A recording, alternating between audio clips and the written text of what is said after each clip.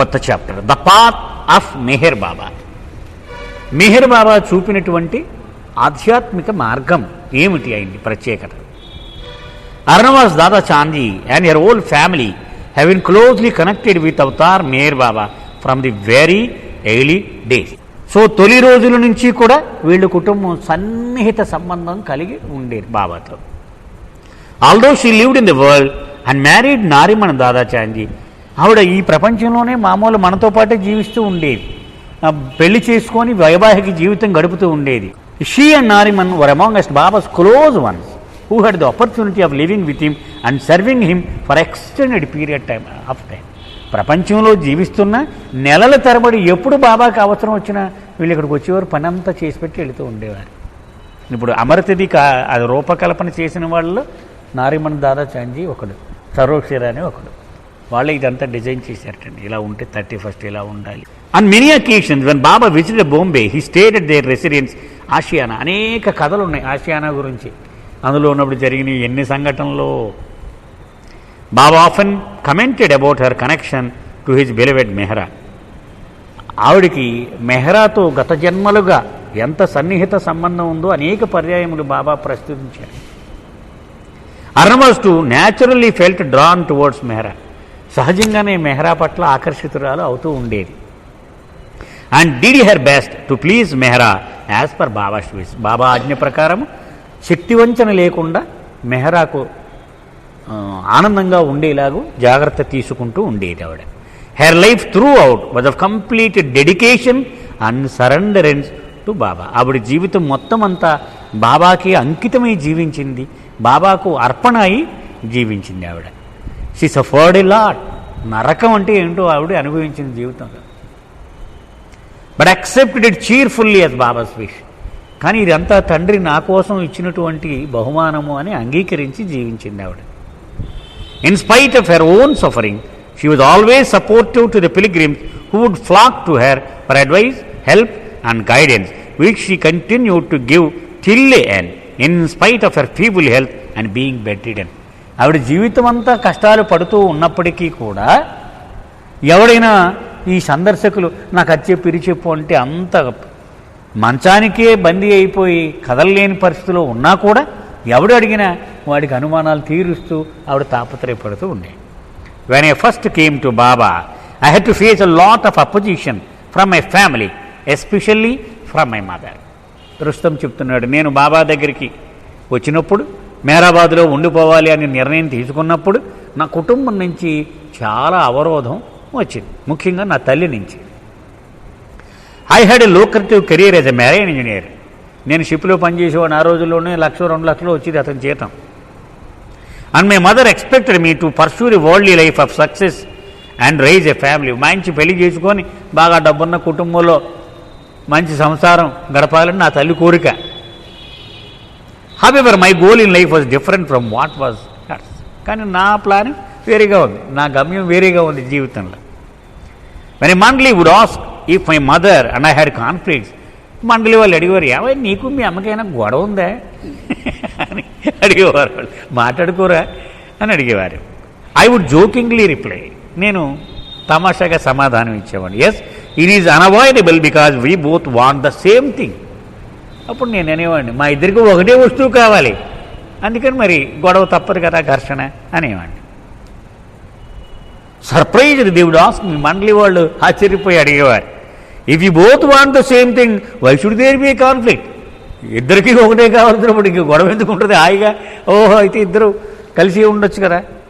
There curiosity being aroused they would further ask what is it you both want tell us. ఏం కావాలి బాబు, ఇద్దరికి కావాల్సింది ఏంటో నాకు చెప్పు అని వారు. I would reply very very slowly laying emphasis on my words. నేను నెమ్మదిగా ఇలా చెప్పేవాడిని, we both want to live my life. నేను నా జీవితం గడపాలని, మా తల్లి కూడా నా జీవితాన్ని ఆవిడ గడపాలని. అంటే ఆవిడ కోరినట్టుగా నేను జీవించాలని, నేను కోరినట్టుగా నేను జీవించాలని. సో ఇద్దరికీ నా జీవితం మీదే ఇష్టం. I want to live my life. నా జీవితాన్ని నేను అనుకున్నట్టు జీవించాలని నా కోరిక. And she also wants to live my life. కానీ ఆవిడ అనుకున్నట్టు నేను జీవించాలని ఆవిడ కోరిక. And that is why there is conflict, because I want Baba and she want the world. నాకు బాబా కావాలి, ఆవిడికి ప్రపంచం కావాలి. They only would laugh at this. Once when Arnavaz asked me about this issue, ఒకసారి అర్ణవాజ్ అడిగింది ఈ విషయం మీద. I gave her the same reply, ఇదే సమాధానం నేను చెప్పాను. She laughed but very gently asked if I was feeling guilty about hurting my mother on this issue. చాలా ఇంపార్టెంట్ పాయింట్ ఇది. ఆవిడ అడిగింది, మరి నీ తల్లిని నీవు గాయపరిచేనేమో అని నొప్పి కలుగుతుంది నాకు ఎప్పుడైనా అని అడిగింది ఆవిడ. I was not sure about my feeling but knew that at time I experienced guilt.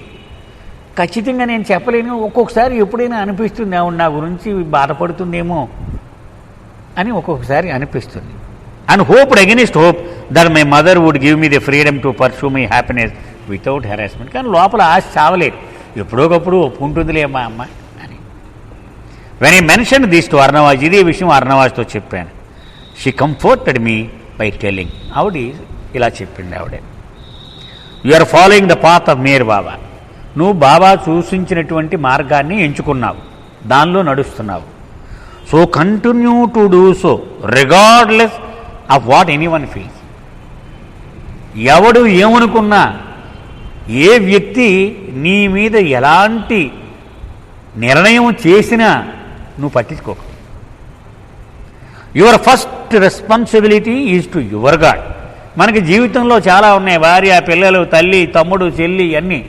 కానీ అన్నిటికంటే మొట్టమొదటి బాధ్యత భగవంతుడికి, నీది ఫస్ట్ బాధ్యత. And as long as you are following the truth of Meher Baba's words and living the life of purity, honesty, humility and effacement of the ego, then you should not even worry about what your family or friends think of you.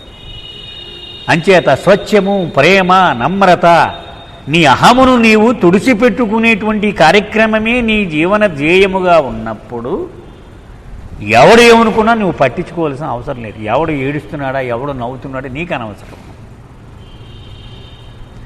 If they choose to oppose you or they decide to feel hurt by your actions of disobedience to them, do not feel guilty, it is their choice.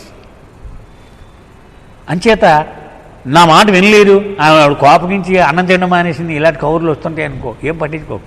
ఎందుకంటే నీ నిర్ణయం నువ్వు తీసుకున్నావు, వాళ్ళ నిర్ణయం వాళ్ళు తీసుకున్నారు, మరి దాన్ని నువ్వేం చేస్తావు? You have not caused their hurt. అంచేత నీవు కారణం కాదు. నా కొడుకు ఇలా ఉండాలి అని ఆవిడ అనుకుంది కాబట్టి ఆవిడ కష్టం కలిగింది. ఆవిడ అనుకోవడం వల్ల కష్టం కలిగింది, కానీ నీ వల్ల ఆవిడకి ఏం కష్టం కలగలేదు. If you were doing something wrong by not living the words of the master and then your actions caused your family hurt, only then you are responsible. బాబా మార్గాన్ని ఎంచుకొని బాబా సూచించినట్లుగా కాకుండా వేరేగా నీవు జీవించే దానివలన నీ కుటుంబానికి కష్టం కలిగితే అప్పుడు నువ్వు బాధ్యుడు అవుతావు. బాబా ఏమని చెప్పాడు అలా జీవించకుండా మనం వ్యతిరేకముగా జీవిస్తూ తద్వారా కష్టం కలిగించామనుకోండి, అప్పుడు వాడి కష్టానికి మనం బాధ్యులే అవుతాం. So remove all guilt from your mind and focus on Baba. అంచేత నీ మనసులోంచి తప్పు చేసేనేమో అనేటువంటి ఈ బాధని తొలగించి నీ ధ్యాస అంతా బాబా మీదే నిలుపు. Think not of others. ఇంకా ఇతర విషయాల గురించి, ఇతర వస్తువుల గురించి ఆలోచించు. Think only of Baba, for he is the only one who can help resolve all things for you. ఆయన మీదే నువ్వు ధ్యాస పెట్టుకుంటే నీ అమ్మని మార్చేయగలడు, నీ చెల్లిని మార్చేయగలడు, నీ భార్యని మార్చేయగలడు, ఏమన్నా నీకోసం ఎంత పరిష్కారమైనా ఆయన చేసేయగల సమర్థుడైన. కాబట్టి ఆయనతోనే నీ ప్రయాణం కొనసాగించు. When Arnavaz finished she gave me a very loving embrace. ఇది చెప్పి ప్రేమతో ఆలింగనం చేసుకుంది ఆవిడ. Her advice help remove all traces of guilt that I probably felt at having taken the decision to pursue the path of Baba. అప్పటి వరకు బాబా మార్గంలో నడిచినందుకు ఇష్టం లేని వాళ్ళ గురించి ఆలోచించేవాడిని. ఇక ఈ నిమిషంతో అది పోయింది, నా బుర్రలో తీసేశాను. True to Arnavaz words, although it took time, Baba did turn most of my family towards you. Arnavaz చెప్పినట్లుగానే బాబా దగ్గరికి నేను వెళ్ళడానికి వ్యతిరేకించిన నా కుటుంబ సభ్యులు చాలా వరకు బాబా మార్గంలోకి వచ్చేసారు. అంటే ఆయన తప్పగలడు, తాళం అక్కడ.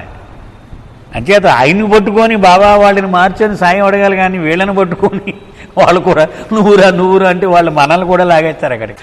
బ్రాహ్మజాలు అంటాడు ఫ్రాన్సిస్ బ్రాహ్మజాలు, నువ్వు దేవుడివి, కరుణామయుడివి, కానీ నేను ఎంత దుర్మార్గంలో నీకు తెలియదు, నువ్వు గోతులో ఉన్న నాకు పైనుంచి వంగి చెయ్యిస్తున్నావు, నిన్ను కూడా కిందకి లాగేయగలిగిన సత్తా ఉన్నవాడిని నేను అండర్ ఎస్టిమేట్ చేయకండి. అలాగా వాడి గురించి ఎక్కువ వర్రి, వాడిని కూడా తీసుకొచ్చిన తర్వాత బాబా దగ్గరికి వెళదామంటే మనం వాడు కూడా వెళ్ళిపోతాం ఇన్ని వదిలేసాక.